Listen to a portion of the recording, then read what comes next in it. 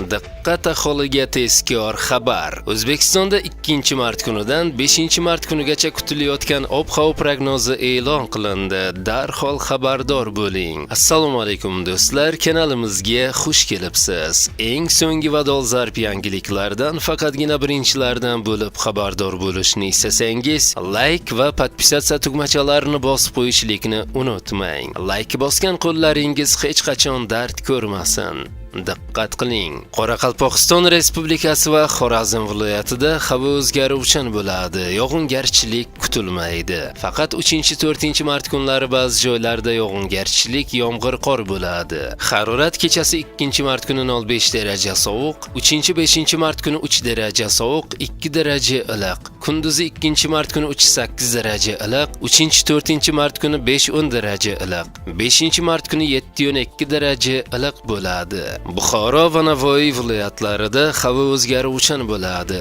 Ba'zi joylarda yomg'ir yog'adi.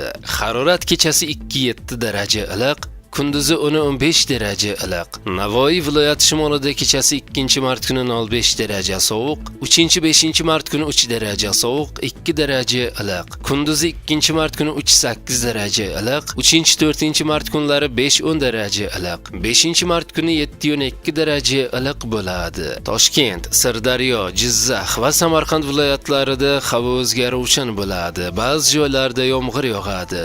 Harorat kechasi 3-8 daraja iliq, kunduzi 10-15 daraja iliq bo'ladi. Qashqadaryo va Surxondaryo viloyatlarida havo o'zgaruvchan bo'ladi. Ba'zi joylarda yomg'ir yog'adi. Harorat kechasi 5-10 daraja iliq, kunduzi 2-4-mart kunlari 10-15 daraja iliq, 5-mart kuni 13-18 daraja iliq bo'ladi. Andijon, Namangan va Farg'ona viloyatlarida havo o'zgaruvchan bo'ladi. Ba'zi joylarda yomg'ir yog'adi. Harorat kechasi 3-8 daraja iliq, kunduzi 10-15 daraja iliq bo'ladi. Respublikaning tog' oldi va tog'li hududlarida havo o'zgaruvchan bo'ladi. Vaqti bilan yog'ingarchilik, yomg'ir, qor, ayrim joylarda kuchli bo'ladi.